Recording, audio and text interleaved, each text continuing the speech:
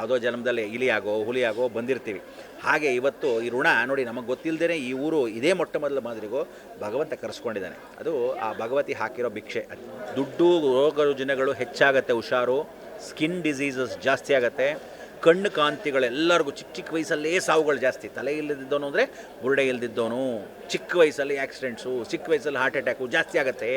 ಇನ್ನು ಮೇಲೆ ಭಾಳ ಕಷ್ಟ ಅದೆಲ್ಲ. ಆಫ್ಟರ್ ಜುಲೈ ಈ ಮೂರನ್ನು ಯಾರು ತಿಂತಾರೆ, ಹಳಸಿದನ್ನ ಯಾರು ತಿಂತಾರೆ, ಇಮ್ಯುನಿಟಿ ಚೆನ್ನಾಗಿರುತ್ತೆ.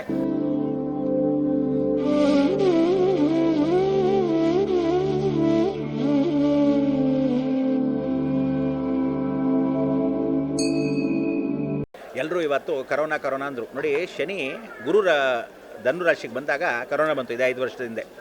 ಅದಕ್ಕೊಂದು ಹೆಸರಿಟ್ಬಿಟ್ಟು ಕರೋನಾ ಅಂತ ಚೊಪ್ಲಿ ಕೂಡ ಇತ್ತು. ಕರೋನಾ ಅಂತ ಒಂದು ಇಂಗ್ಲೀಷ್ ಲೇಡಿನೂ ಇದ್ರು, ಅದೇ ಹೆಸರಿಟ್ಬಿಟ್ರು. ಆದರೆ ಇನ್ನು ಸ್ವಲ್ಪ ದಿವಸದಲ್ಲಿ ಈ ಜುಲೈ ಆದಮೇಲೆ ಮತ್ತಷ್ಟು ರೋಗ ಬರುತ್ತೆ. ಆ ರೋಗಗಳಿಗೆ ಹೊಸ ಹೆಸರಿಡ್ತಾರೆ. ಅಯ್ಯೋ, ಈಗ ಆಲ್ರೆಡಿ ಶುರು ಮಾಡ್ಕೊಂಡ್ಬಿಟ್ಟಿದ್ದಾರೆ ರೋಗ ಬರುತ್ತೆ ಅಂತ. ಅದಕ್ಕೆ ನಾನು ಹೇಳೋದು, ನೀವೆಲ್ಲ ಯಾವ ಕಾಲಕ್ಕೂ ರೋಗ ರುಜಿನಗಳಿಗೆ ಭಯ ಪಡದೆ ನಮ್ಮಲ್ಲಿ ಜ್ಞಾಪಕ ಇಟ್ಕೋಬೇಕಾದಿಷ್ಟೇ. ವಾತ ಪಿತ್ತ ಕಫ, ವಾತ ಪಿತ್ತ ಕಫ. ಒಬ್ಬ ಮನುಷ್ಯನಿಗೆ ಯಾವುದೇ ರೋಗ ಬರಬಾರದು ಅಂದರೆ ಈ 3 ನಾಡಿ ಚೆನ್ನಾಗಿರಬೇಕು. ಸೊ ವಾತ ಪಿತ್ತ ಕಫಕ್ಕೆ ಜ್ಞಾಪಕ ಇಟ್ಕೊಳ್ಳಿ. ಶುಂಠಿ, ಕಾಳು ಮೆಣಸು, ಲಾಂಗ್ ಪೇಪರ್, ಪಿಪ್ಪಲಿ ಅಂತ ಕರಿತೀವಿ. ಈ 3ನ್ನು ಯಾರು ತಿಂತಾರೆ, ಹಳಸಿದನ್ನ ಯಾರು ತಿಂತಾರೆ, ಇಮ್ಯುನಿಟಿ ಚೆನ್ನಾಗಿರುತ್ತೆ. ಯಾವ ರೋಗಗಳು ನಮ್ಮ ಹತ್ತಿರ ಕೂಡ ಸುಳ್ಳೆ. ನೋಡಿ, ನಾನು ಮೊದಲಿದ್ದಾಗಲೂ ಯಾವುದಿರಿದ್ರೆ ವ್ಯಾಕ್ಸಿನು ಹಾಕ್ಸ್ಕೊಂಡಿಲ್ಲ. ಯಾವ ಕಾಲಕ್ಕೂ ನಾವುಗಳೆಲ್ಲ ಪೂರ್ತಿಯಾಗಿ ಮಾಸ್ಕು ಗೀಸ್ಕು ಹಾಕ್ಕೊಂಡಿಲ್ಲ. ಇವತ್ತಿಗೂ ನೀವು ಅಷ್ಟೇ ಧೈರ್ಯವಾಗಿರೋದು ಕಲ್ತ್ಕೊಳ್ಳಿ. ಮನೆ ದೇವ್ರು ನೆನೆಸ್ಕೊಳ್ಳಿ. ಹಳೇ ಊಟವನ್ನು ಅಂದರೆ ಏನೋ ನೆನ್ನೆ ಅನ್ನ ತಿನ್ನೋದು ಎಲ್ಲನೂ ಪಳಗಿಸ್ಕೋಬೇಕು. ನೀವೇನೋ ಕೆಲವರೆಲ್ಲ ಏನು ಮಾಡಿದ್ರೆ ಏನೋ ಎಲ್ಲರೂ ಹೋಟ್ಲಲ್ಲಿ ತಿನ್ನೋದೇ ಆಗೋಗಿದೆ. ಬೆಳಗ್ಗೆ ಅಡುಗೆ ಮಾಡೋರು ಯಾರೂ ಇಲ್ಲ, ಮಧ್ಯಾಹ್ನ ಅಡುಗೆಯವ್ರು ಮಾಡೋರಿಲ್ಲ, ರಾತ್ರಿ ಅಡುಗೆ ಮಾಡೋರು, ಎಲ್ಲರೂ ಬೀದಿಲಿ ತಿನ್ನೋದೇ ಆಗೋಗಿದೆ. ರೋಗ ಬರ್ದೇನೇನಾಗುತ್ತೆ?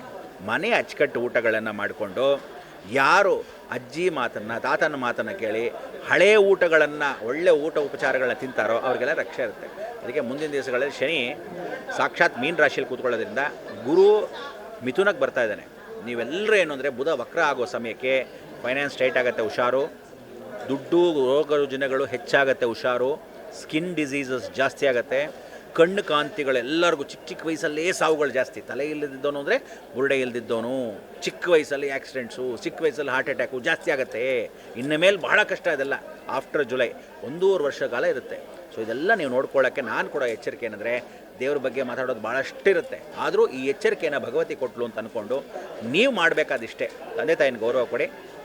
ಹಸುಗಳನ್ನ ಗೋರಕ್ಷಣೆ ಸಮಸ್ಯೆ. ಅದಕ್ಕೆ ಇವತ್ತು ಭಾರತ ದೇಶಕ್ಕೆ ಗೋವು ಯಾವುದಾದ್ರೂ ಇದೆ ಅಂದರೆ ನಮ್ಮ ಭಾರತ ದೇಶಕ್ಕೆ ಹಸು ಕರು ಭಾಳ ಚೆನ್ನಾಗಿ ಯಾವ ನೋಡ್ಕೊತಾನೋ, ಚೆನ್ನಾಗಿ ತೊಳೆದು ಅದನ್ನು ಸೇವೆ ಮಾಡ್ತಾನೋ, ಆಜೀವ ಪರ್ಯಂತ ಸುಖವಾಗಿರ್ತಾನೆ. ಅದಕ್ಕೆ ತಾಯಿ ಮಾತೃ ಹೃದಯ ಅಂದರೆ ಹಸು ಒಂದೇ. ಇವತ್ತು ಆ ಜಾತಿಯವನು ಇವ್ನಿಗೆ ಹಾಲು ಕೊಡಲಾ ಬೇಡವಾ, ಇವನು ಈ ಜಾತಿಯವನು, ಇವನು ಗಂಡಸು, ಇವನು ಹೆಂಗಸು ಅಂತ ಹಸು ಹಾಲು ಕೊಡಲ್ಲ. ತನಗೆ ಮಕ್ಕಳಿಗೆ ಇಲ್ಲದೇ ಇದ್ರೂ ಪರವಾಗಿಲ್ಲ, ಜನಕ್ಕೆ ಹಾಲು ಕೊಡ್ತಾ ಇದೆ. ನಿಷ್ಕಲ್ಮಶವಾಗಿರ್ತಕ್ಕಂಥ ಹಸು ನಮ್ಮ ಜೀವ. ಅಂಥ ಒಂದು ಜೀವಾಳ. ಮತ್ತು ರೈತರು, ಇವತ್ತು ರೈತರು ಏನಾದರೂ ಕೈ ಕಟ್ಕೊಂಡು ಕೂತ್ಕೊಂಡ್ಬಿಟ್ರೆ ನಿಮಗೆ ಊಟ ಉಪಚಾರ ಇಲ್ಲ, ಎಲ್ಲ ಮಣ್ಣು ಮುಕ್ಕಬೇಕಾಗತ್ತೆ. ಅವರೆಲ್ಲ ಕಷ್ಟಪಡೋರು ಒಂದು ಹೆಗಲ ಮೇಲೆ ಟೌಲ್ ಹಾಕ್ಕೊಂಡು ಈ ರಾಜಕೀಯಕ್ಕೆ ಹೋಗ್ತಾರೆ ಗೊತ್ತಾ, ವಿಧಾನಸೌಧಗೆ, ಅವರೆಲ್ಲ ರೈತರಲ್ಲ. ಯಾವ್ಯಾವ ರೈತ ಮಳೆ ಬರಲಿ ಗಾಳಿ ಬರಲಿ, ನಾನು ನನ್ನ ಹೊಲ ಅದನ್ನ ಏನೇನು ಫಸಲು ಹಾಕಿದ್ದಾನೆ ಜನಕ್ಕೋಸ್ಕರ ದುಡಿತಾ ಇದ್ದಾನೆ, ಅಂಥವನ್ನ ರಕ್ಷೆ ನಾವು ಮಾಡಬೇಕು. ಅದಕ್ಕೆ ಅಂಥವ್ರಿಗೆಲ್ಲರಿಗೂ ಈ ಶತಚಂಡಿ ಆಗದ ಒಂದು ಫಲ ರಾಮದಾಸ್ ಭಟ್ರು ಮತ್ತು ಗಂಗಮ್ಮ ಮತ್ತು ಸಂಕಲ್ಪ ಮಾಡಿರ್ತಕ್ಕಂಥ ಉಳೆಪಾಡಿಯ ಒಂದು ಕ್ಷೇತ್ರದ ಈ ನಿವಾಸಿಗಳು, ಇಲ್ಲಿ ಬಂದಿರತಕ್ಕಂಥ ಮಾಧ್ಯಮ ವರ್ಗದವರು, ಇವರೆಲ್ಲರಿಗೂ ಆಯುರಾರೋಗ್ಯ ಐಶ್ವರ್ಯ ಕೊಟ್ಟು ಕಾಪಾಡಲಿ. ಲೋಕ ಕಲ್ಯಾಣಾರ್ಥವಾಗಿ ಆಗ್ತಕ್ಕಂಥ ಈ ಒಂದು ಯಾಗ ಅವರಿಗೆಲ್ಲ ಸಮರ್ಪಣೆ ಆಗಲಿ ಅಂತ ಈ ಮುಖಾಂತರ ನಾವು ಬಂದು ಯಾವುದೋ ಜನ್ಮದಲ್ಲಿ ಇಲಿಯಾಗೋ ಹುಲಿಯಾಗೋ ಬಂದಿರ್ತೀವಿ.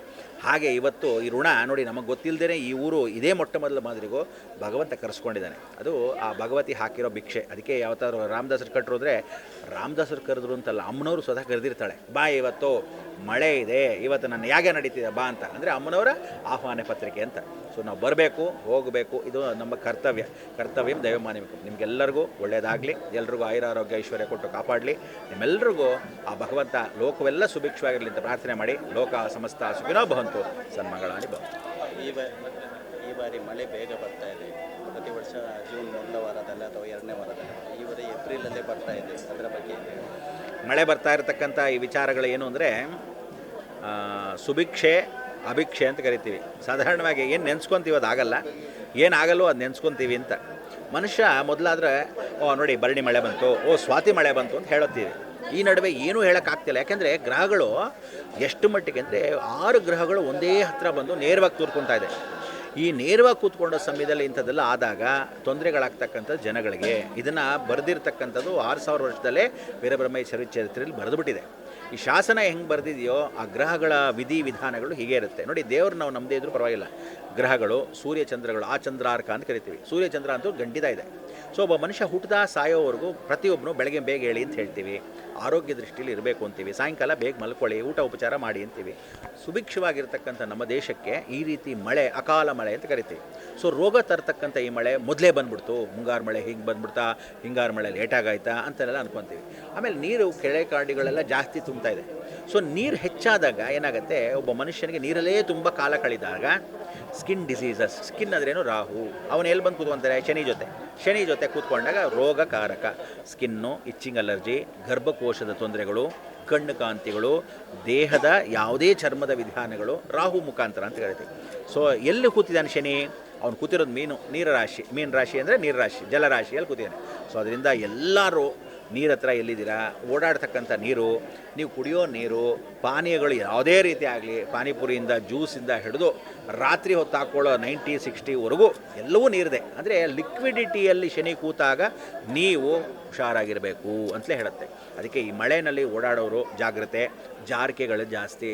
ರಾಹು ಬಂದು ಜಾರಿಕೆ ಅಂತ ಕರಿತೀವಿ. ಅದಕ್ಕೆ ಮೆಟ್ಲಲ್ಲಿ ಹುಷಾರು, ಮನೆಗಳ ಹತ್ರ ಹುಷಾರು, ನೀವು ಮನೆ ಹತ್ರ ಬಾತ್ರೂಮ್ಗಳ ಹತ್ರ ಹುಷಾರು, ಮನೆ ಜಾರಿಕೆ ಜಾಗಗಳು, ಆಯಿಲ್ ಎಲ್ಲ ಎಲ್ಲಿ ಚೆಲ್ಲಿರುತ್ತೋ ಅಂಥ ಜಾಗ ಹುಷಾರು.